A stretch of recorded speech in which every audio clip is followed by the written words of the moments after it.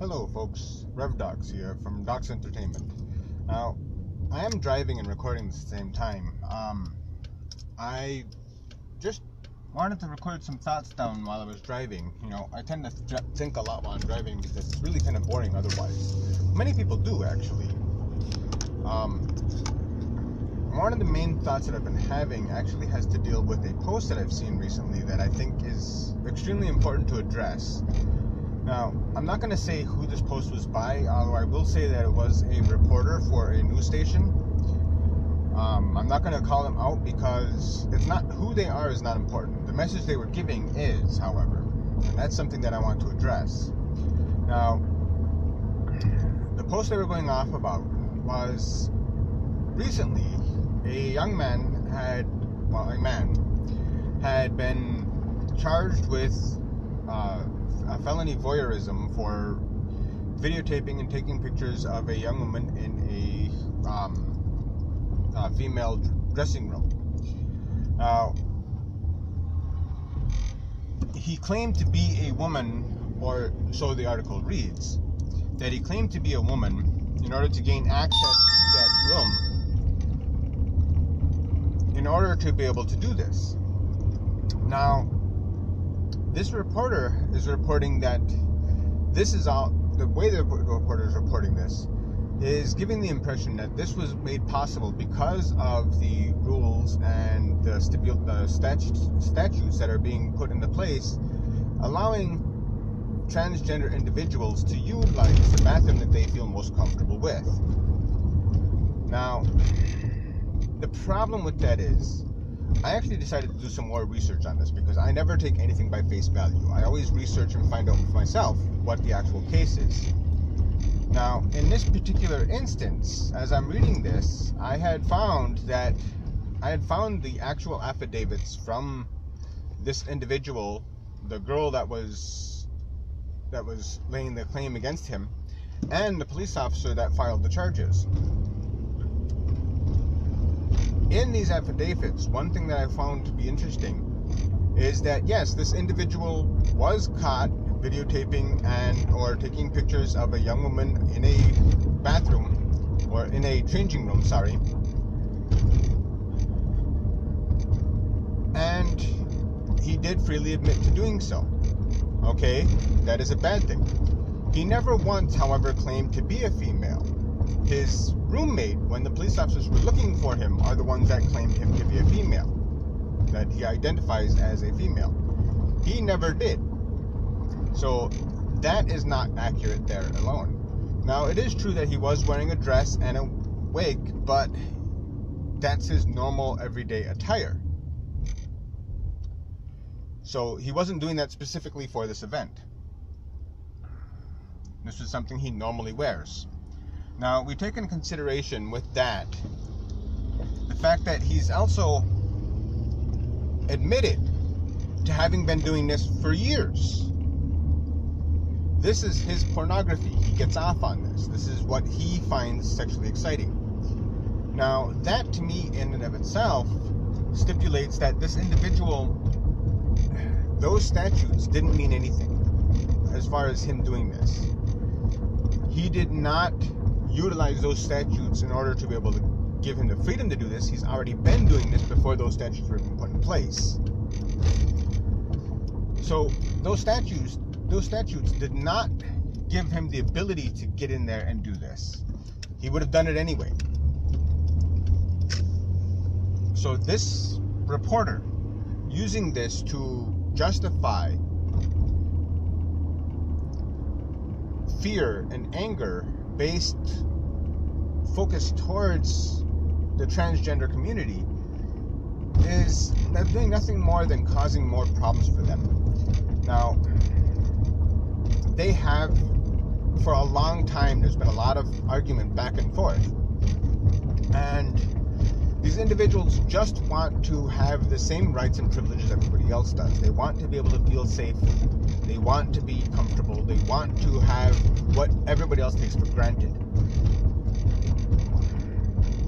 There are sick individuals in this world, and there have been a number of cases where individuals have been reported videotaping, taking pictures, camera recording whatever of individuals in compromising positions in the past. Women's bathrooms, men's bathrooms, most predominantly women's bathrooms, hidden cameras, things like that. This is nothing new, and this has not increased, in all honesty. It's still the same perpetrators. There's still going to be the same perpetrators. It's not going to happen more often. This case is not a case of that statute allowing somebody to do this. This case is a case of somebody who is sick, who did it, and who was going to be doing it anyway, and who has done it in the past for a number of years now. So, this reporter I find to be very irresponsible in the way they're reporting this. I did some checking into this reporter's other posts, other articles that he's done, and I find it to be extremely heavily racist, heavily sexist, the idealism behind what this individual is reporting is extreme.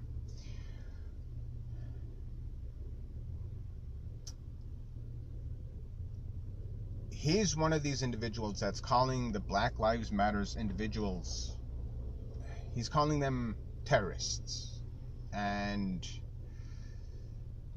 things of that nature. Truth of the matter is, they're not.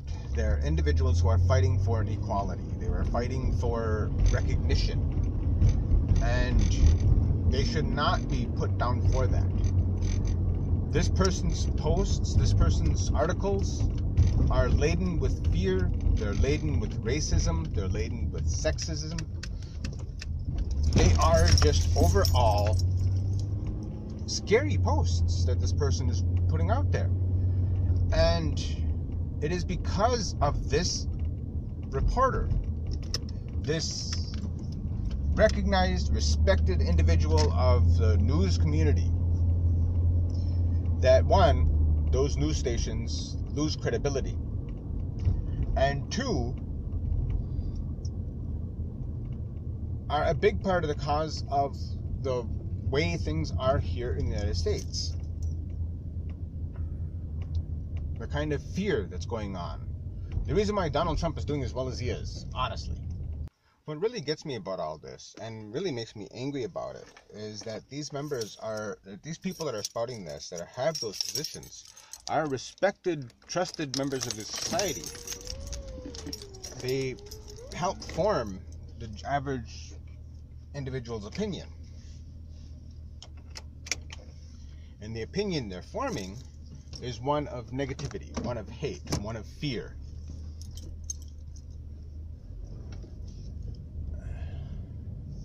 It is through these kind of things, and then I went through and I read that news station's statement of ethics. And they say that they don't allow opinion to influence their reporting. It's all factually reported based off of the information that they have. That opinion is removed from that. Well, I'm sorry, but when I sat here and I went through and read that article, it is extremely opinionated. It is not all that factual. There are facts that are missing out of that article that would provide a different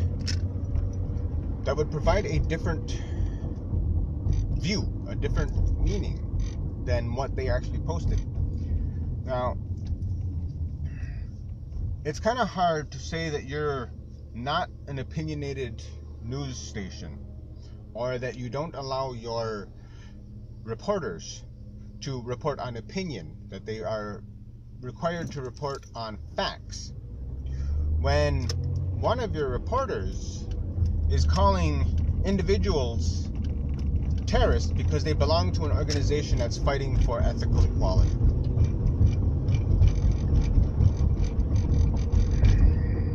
Now, I will agree, as with any organization, there are those who are part of that organization who are taking it way too far, who go beyond what they should.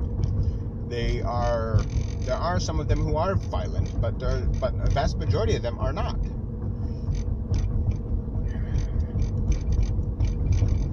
labeling the entire group is the same thing that's been happening for generations. It's the same thing that's been happening in the world quite a bit lately. People sitting here saying black people are bad because there's a few black ones who are bad. People who are saying that all police officers are bad because there's a few bad police officers. You know, it's things like this that really show me where our society's at and the kind of things that we need to be focusing on.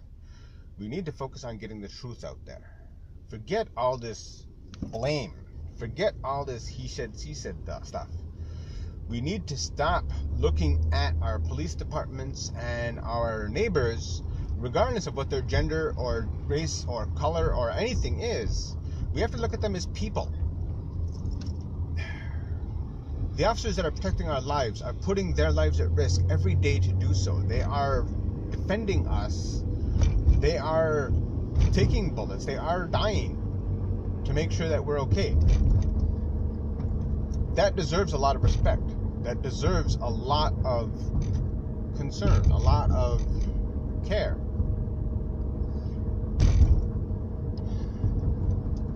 Unfortunately, they're getting a lot of hatred instead. They're getting a lot of anger. Now, it is true that African Americans are killed more often by police officers than are any other race. I am not saying the numbers are higher, because there actually are more Caucasians that are killed by police officers every year than there are black people. But the number of incidences, the number of individuals are greater on the Caucasian side than there are on the African American side. There are more white people than there are black people, basically, is what I'm saying. And when you look at that, the percentage-wise, the difference in the amount of consistency, the difference in the amount of individuals that are being attacked, being hurt, it is disproportionately higher on the African American side.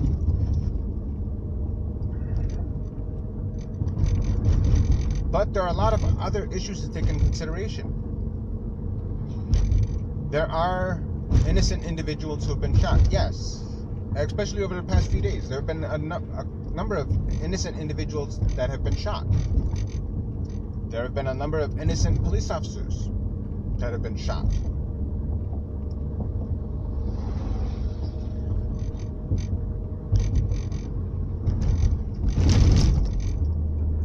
But there also have been instances of Caucasians who were innocently shot. Caucasians who were innocent who were shot, I should say.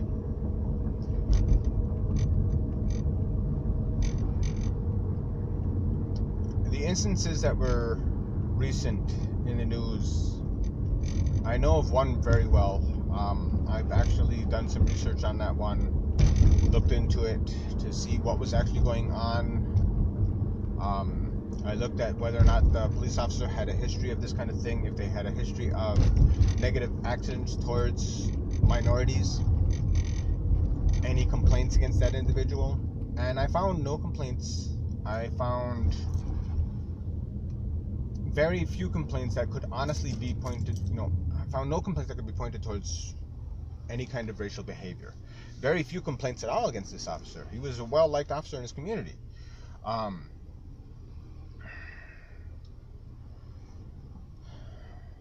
It was a tragic event. It really was. And the officer overreacted. Going through and looking at the documentation that was available to me, looking at the reports that I was able to get a hold of, listening to the affidavits, reading the affidavits by the individuals who were involved, as far as I was able to get a hold of. And I would have to say, truth of the matter is, this was a tragic accident that came down because of a training issue. This individual does need to be retrained. It was an accident. It wasn't something that he set out to do. He didn't wake up that morning and say, I'm going to go kill a black man today. No, it was an accident. He jumped the gun, literally, so to speak, and escalated the situation rather than de-escalating it. There are several ways he should have handled that, but he didn't. He does deserve to be reprimanded for that. He does deserve to have a citation, as far as I'm concerned, for that. But it was not murder.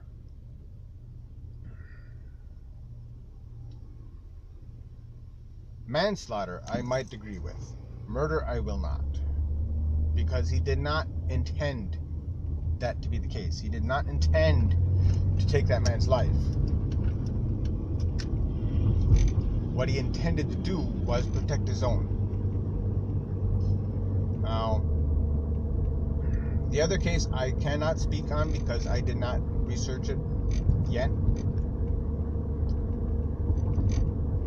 But we need to fight the anger, the hate, the fear with truth, with fact, with love, with care, with compassion.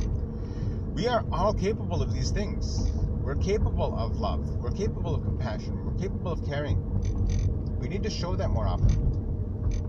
It's through that we're going to actually get rid of a lot of this and make it down to an actual manageable level. I feel sorry for the officers who have been murdered recently. I feel sorry for the officers. I feel sorry for the officers who were killed recently. I feel sorry for their families. I feel sorry for the innocent people who were killed recently. I feel sorry for their families. I hope that they can grow,